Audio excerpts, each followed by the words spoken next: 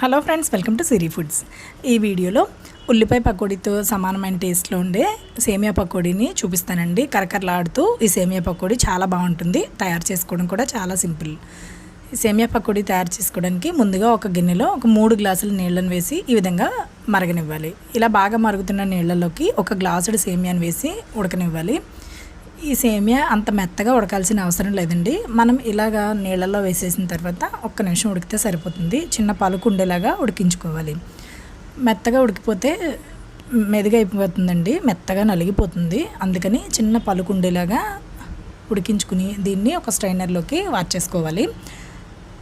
నీళ్ళు ఏమీ లేకుండా ఉండే విధంగా ఇలా ఒక స్ట్రైనర్లో వేసేసుకుని పక్కన ఉంచుకుంటే నీళ్ళన్నీ ఓడిపోతాయి, సేమియా పొడి పొడిగా తయారవుతుంది. ఇలా ఈ సేమియాని పక్కన ఉంచుకుని ఇప్పుడు మిక్సింగ్ బౌల్ తీసుకోండి. దాంట్లోకి ఒక మీడియం సైజు ఉల్లిపాయని ఈ విధంగా ముక్కలుగా కట్ చేసుకుని వేసుకోవాలి. అలాగే 2 పచ్చిమిరపకాయలని కట్ చేసుకుని వేసుకోవాలి. 1 ఇంచ్ అల్లం ముక్కని సన్నగా కట్ చేసుకుని వేసుకోవాలి. మీకు కారం ఎక్కువగా కావాలంటే ఒక 5-6 పచ్చిమిరపకాయలని చీల్చుకుని వేసుకోండి.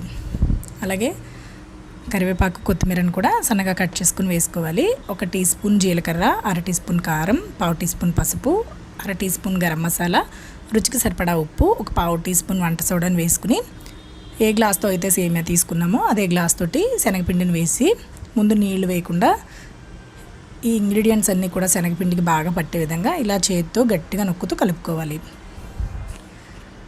తర్వాత కొంచెం కొంచెం నీళ్ళు వేసుకుంటూ ఈ విధంగా గట్టిగా వచ్చేలాగా కలుపుకోవాలి. మీకు ఇందులోనే మీకు ఇష్టమైతే అల్లం వెల్లుల్లి పేస్ట్ని కూడా వేసుకోవచ్చు.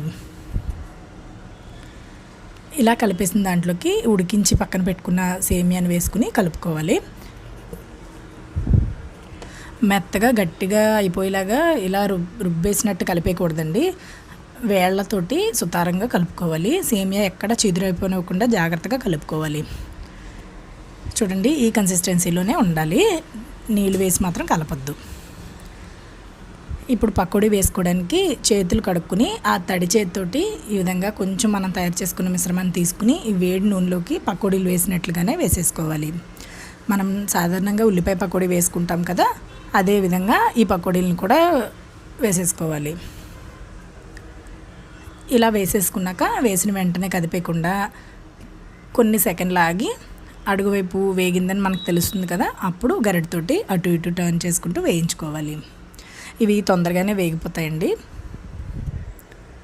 ఎప్పుడైనా వెరైటీగా స్నాక్స్ చేసుకోవాలనుకున్నప్పుడు ఇలా సేమియా పకోడీని ట్రై చేయొచ్చు. చాలా బాగుంటాయి, ఇంట్లో వాళ్ళకి కూడా చాలా బాగా నచ్చుతాయి. మీకు మెత్తగా కావాలంటే కొద్దిసేపు వేగంగానే తీసేసుకోవచ్చండి. లేదా కరకరలాడుతూ కావాలంటే జాగ్రత్తగా మీడియం ఫ్లేమ్లో పెట్టుకుని కొంచెం ఎక్కువసేపు వేయించుకుని తీసుకోవచ్చు. చూసారా, మనకి సేమియా పకోడీ తయారైపోయింది. ఇప్పుడు దీన్ని ఒక ప్లేట్లోకి తీసేసుకుని నార్మల్గా అలాగైనా తినొచ్చు, లేదా సాస్తో అయినా సర్వ్ చేసుకోవచ్చు.